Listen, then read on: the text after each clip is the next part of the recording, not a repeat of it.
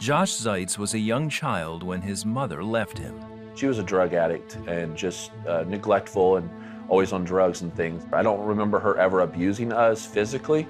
Whether she did or not, I don't know, but I do know that it was the whole neglecting, and then obviously that is abusive. He never knew his father. I only remember one guy that he had a motorcycle, and I went out and burnt my leg on his motorcycle one day, but I don't really remember any dads around. Josh was taken to an institution for abused and neglected children. I didn't like it because it was scary. It was like a children's factory. I mean, the adults would walk the hallways and they'd talk to you and like, who are these people? And so it was a lot of confusion because these adults are like, oh, we care about you, but you really didn't get that sense of caring from them. It was more just a dry, like, okay, this is what we do, this is the next kid. And so I just kind of felt, never felt loved. From the Guardian home, he went from one foster home to another. I didn't feel like a part of the family. I felt like an outcast, basically, like on the fringes. Like they loved you just enough, but you never really felt like, it was not mom and dad. Then at 7 years old, Josh was adopted. They say, oh, I love you, but I don't know what love means. I've never seen a real family. I've never seen what that looks like. I don't ever remember feeling loved, getting hugged, anything like that. So any kind of adult or authority figure in my life, I certainly had no grounds to stand on to say, this is healthy or this is unhealthy. I just didn't trust them. I don't trust people at all. As Josh became a teenager, those feelings of distrust and isolation soon turned into anger and resentment. I was mad and angry at the world because I had dealt with things in my past, and I felt like when I became a teenager, I was already charged with hormones. I was already charged as a teenager, and I just wasn't feeling like I had the love and appreciation that I needed.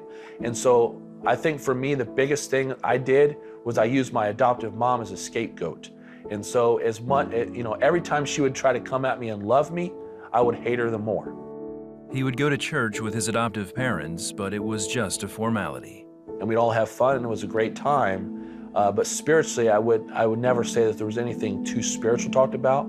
There was never anything really about Jesus. It was more like just the Pat Sunday school stuff, Father Abraham, and stuff like that.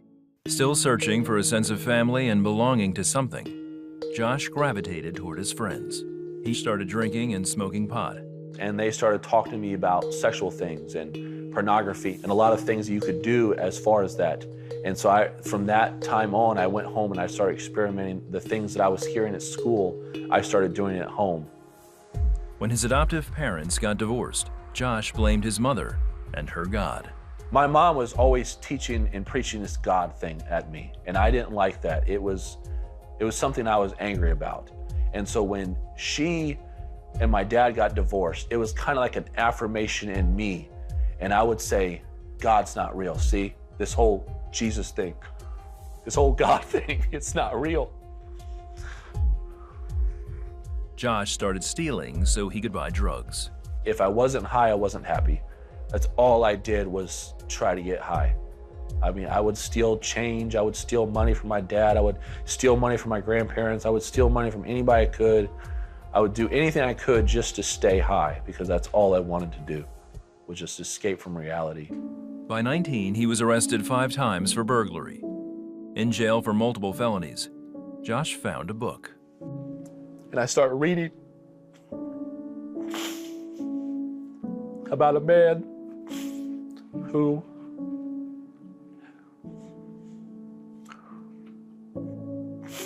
had given his life to Jesus. And this man was hooked on drugs. He was robbing people. And I didn't see him. I saw myself on the pages.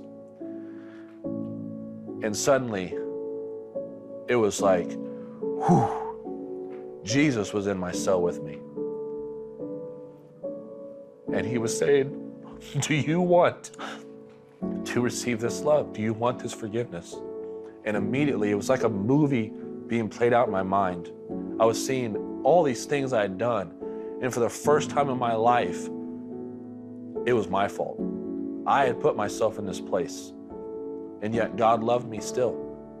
And he was giving me an opportunity to accept this forgiveness, this love, fill this void that I've been trying to fill my whole life. Jesus was there to fill it. And I said, yes. And I started shaking and crying. And it was like I was 1,000 pounds lighter. I remember shortly after looking in the mirror and I saw joy and light in my eyes. I had never seen this before. I felt like, whoo. I mean, I'm telling you, pornography addiction was gone. I had no desire for it. Cussing, gone. Anger, gone. Absolute 100% radical overnight transformation. Jesus was my Lord. Josh met and married Mitzi in 2003, and they started their own family. Today they have 3 children, Mariah, Isaiah, and Josiah. What really drew me to him wasn't just that he was a Christian, it was his deep love for Jesus and the Word of God.